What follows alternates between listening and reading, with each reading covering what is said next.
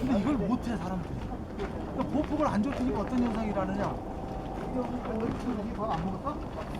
어그저거. 형질 옵니다. 보폭을 안 좁히니까 동작이 커져요.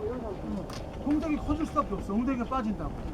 결국 뭐냐? 중력을 거슬러 올라가는데 저항을 많이 받으면 에너지를 많이 쓰는 거예요. 그러니까 저항을 안 받아야 된다고. 저항을 안 받으려면은 몸동작이 적어야 되는 거예요. 그 몸동작이 적어야 되니 바로 천천히 가. 이런 몸동작이 아주 정교하게 올라갑니다. 정교하게. 여기로 올라갈 때 보폭을 좁히면 몸동작이 정교해져. 보폭을 좁히면은 몸동작이 정교해지는 거죠. 근데 보폭을 안 좁히면은 소리를 빼. 이해가 가시죠? 바로 그거예요. 그래서 보폭을 좁혀야 되는데 어디 보여요? 자, 어떻게? 아무리 보폭을 좁혀도 힘이 들 때가 있어요. 그게 이제 히말라야를 주로 가면은 굉장히 중요한 얘기예요. 여사님, 제 얘기 들어야 돼. 지금 먹을 때가 아니야. 아니 먹는 게 아니라 무거워서 뺐어.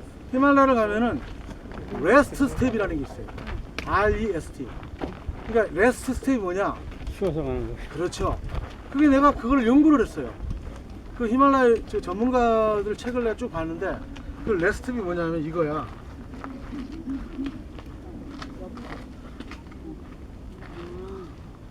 근데 이걸 해보니까 이게 말이 안 되는 거야. 이거는 정말로 히말라야 서미터들 그런 극지를 올라가는 체력이 좋은 진짜 통뼈들이 하는 스텝이었어. 통뼈들이.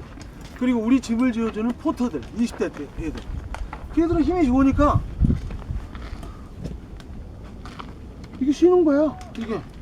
근데 내가 70대 되신 분들하고 히말라야도 많이 가고 그랬는데 걔도 연구를 해본 결과 이렇게 하는 자체가 에너지를 너무 많이 쓰는 거야 이게.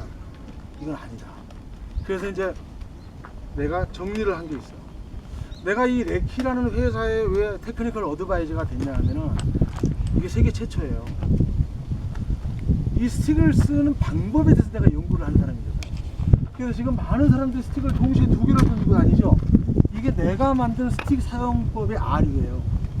내가 이걸 만들어 놓고 3년 동안 추적을 했는데 그 이전에는 스틱을 전부 이러고 다녔어. 이러고 다녔어. 왼발 나갈 때 오른손. 근데 내가 마더 스틱 워킹을 만들고 난 후부터 사람들은 스틱을 동시에 두 개를 던지기 시작했어. 동시에. 나는 스틱을 원래 두 개를 던졌는데 원래라는 건 없어. 누군가 했기 때문에 보고 따라하는 거야. 이게 내가 만든 스틱의 R이에요. 그래서 이거를 레스트 스텝에다 접목을 한 거야. 접목을. 저기로 올라갈 거예요. 저 구멍 보이죠? 저 뒤에. 저기로 굉장히 가파라요. 한 번도 안 쉬고 올라가는 방법이에요. 자, 보세요. 정말 내가 힘이 든다 할 때는. 자, 첫째는 보폭을 좁히는 거예요. 보폭을 좁히고 걸음을 거의 일자로 걷는 거예요. 일자로. 근데 평지는 일자로 걸을 수 있는데 이런 울퉁불퉁한 길은 일자로 걷기가 쉽지가 않아요. 그렇죠? 그래서 스틱 사용법이 여기서 이제 나오는 거죠.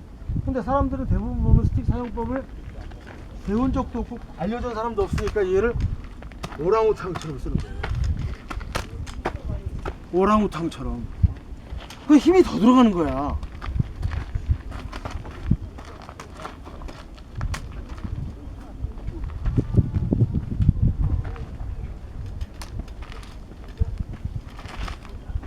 쉬기 쉬는데 걸어. 이게 마더 스텝이라고 내가 이름을 지은 거야. 마더 스텝. 이거를 알려주니까 히말라야 가지고 한 사흘 걷다가 나흘째 이걸 알려주니까 그 조희영 교수 부인이 내 땀을 때리려고 해. 왜 진작 알려줬냐고. 찍고.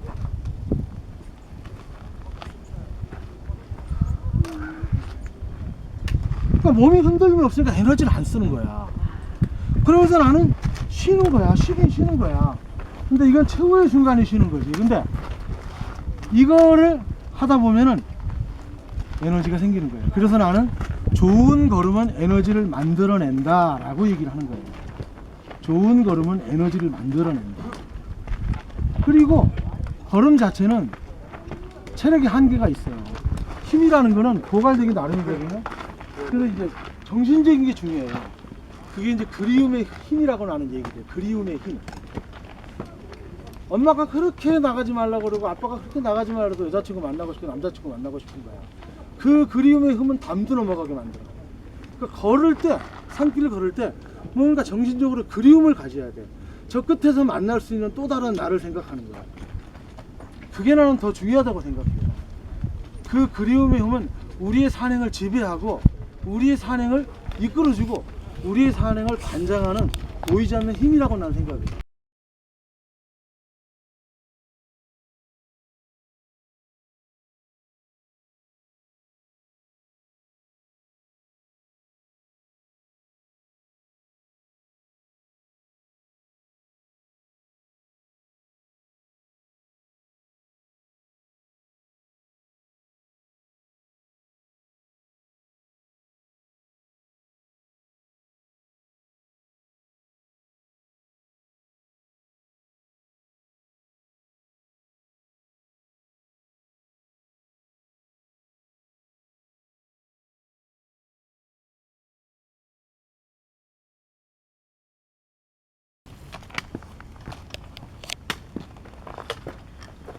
쉬긴 쉬는데 가면도 쉰다는 거야. 너무 발을 많이 올릴 필요가 없어. 근데 그게 이제 간격이 좁아지면은 결국은 이제 도인의 걸음이 되는 거야. 쉬면서 걷는 게 돼. 걸으면서 쉬게 되는 거야. 이게 굉장히 중요해, 이게. 하나도 안 했는데. 넘어가. 넘어간 다음에는 접혀진 팔을 펴면서 가는 거야. 근데 팔꿈치가 접어져 있어야 돼, 폴드. 이 폴드가 안 되면 이게 굉장히 중요해. 그러니까 스틱을 어디서 보긴 본 거야. 근데 어떻게 쓰느냐. 두 개를 던지는 것만 본 거야. 봐봐, 이따 갖다 봐봐. 아니. 근데 이게 아니거든. 근데 이걸 다 알려줄 수는 없잖아. 여러분이 골프를 못 쳐. 공하고 클럽을 줘도 다 칠 수 있어. 다만 삑사리가 나고 허리가 아플 뿐이야. 스틱을 못 써도 스틱을 주면 다 쓸 수 있어. 다만 허리가 몸에 아플 뿐이야. 무리가 올 뿐이야. 추진력이 없고. 자, 저기서 올라온다. 마더 스틱 없으면 오리지널 우리는 푸시. 우리는 푸시. 우리는 아름답잖아. 아름답잖아. 왜? 왜냐? 집사람하고 나하고 히말라야 가가지고 몇 년을 이걸 연구를 한 거거든. 그러니까 이게 아름다워. 쭉 내리세요. 쭉. 뒤로 바로 발을 모으고, 뭐. 발을 모으고 발 뒤꿈치를 쭉 내리세요. 그렇죠. 그게 스트레칭이 되는 거예요. 허리 펴고. 아, 시원해. 그게 스트레칭이 되는 거예요. 네. 그거를 가끔 하시면 돼요. 네. 내려갈 때는. 네? 내려갈 때는. 그게 내려갈 때 서서 잠깐 쉬기예요. 그럼 턱에다가 하고 발을 끝에를 들고 쭉 내려. 뒤꿈치를 완전히 내려요. 뒤꿈치를 완전히 쭉 내리세요. 예. 무릎을 쫙 펴고 그러면 엄청 시원해요. 자, 등산 아닌 것 같아. 내리막에서 스틱을 쓰는 방법이에요. 중요한 건 뭐냐면은 이 내리막에서 이 스틱을 쓴다는 거는 스틱이 발이 되는 거예요. 그러니까 우리는 네 발로 내려가는 거예요. 근데 올라갈 때는 중력을 거슬러 올라가니까 몸 동작을 최소화시키는 게 중요한 거예요. 그래서 스틱을 뒤에서 밀기도 해요. 올라갈 때는. 예를 들어서 올라갈 때는 이렇게 스틱을 윈 앤 푸시, 윈 앤 푸시 이렇게 되는데 내려갈 때는 스틱이 뒤로 가는 법이 있으면 안 돼요. 항상 무릎 앞에 있는 거예요. 항상 무릎 앞에. 그래야 내 무릎이 보호가 되는 거예요. 항상 스틱은 내 무릎 앞에 있는 거예요. 항상 내 무릎 앞에 있는 거예요. 그 이전에 바디가 굉장히 중요해요. 내려갈 때는 발이 올라갈 때는 발이 일자였잖아요. 내려갈 때는 발이 약간 벌어져야 돼요. 이 자체만으로도 제어가 돼요. 경사에서.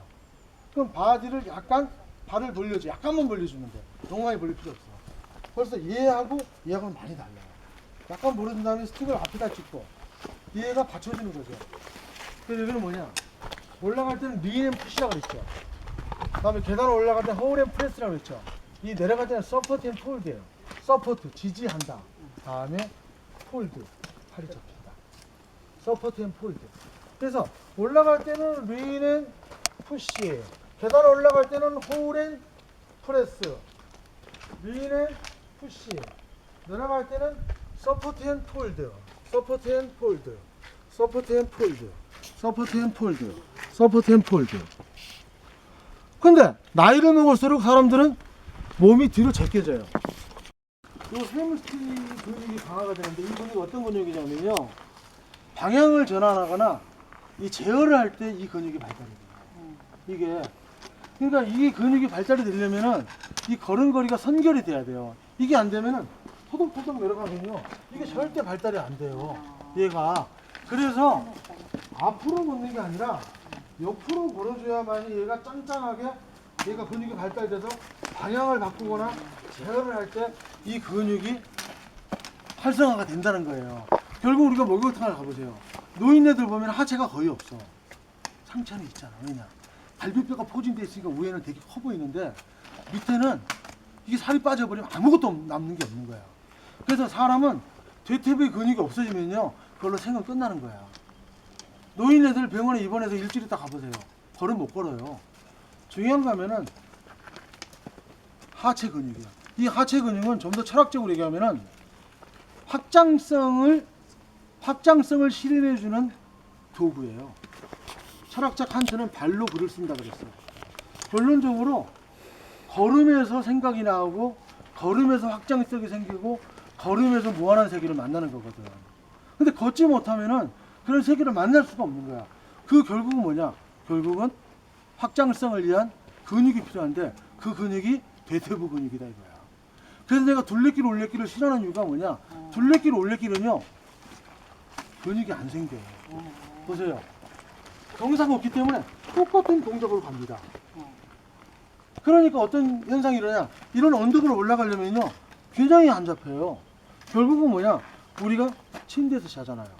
침대에서 내려와서 갔다가 식탁에서 밥 먹고 이 바닥에 앉을 일 없는 거야. 근데 나는 솔직히 바닥에서 잤다가 자고 일어나는 걸 권하고 싶어. 바닥에서 일어나는 게 굉장히 운동이 되거든. 둘레길 올레길 그런 사람들은요, 산길 올라가면 못 걸어요. 산티아고 이쪽으로 800km 저쪽으로 800km 걸어봐야 북한산을 못 갑니다. 왜냐? 경사로 올라가는 근육이 없어. 경사로 올라가는 근육이. 그리고 내려갈 때 이 근육이 없기 때문에 그냥 흔들려. 이거 막 이 대퇴부 근육이 없는 거예요. 여러분은 악착같이 경사를 다녀야 돼. 악착같이. 좋은 사람과 함께 편안하게 여유있게 악착같이 경사를 다녀야만이 근력이 생겨요. 그래서 이게 이렇게 올라가 줘야 돼. 무릎이 이렇게. 이게 안 올라가면 인생 끝나는 거야. 이게 하늘로 가네. 올려야 되는 거야. 올려야 돼. 그래서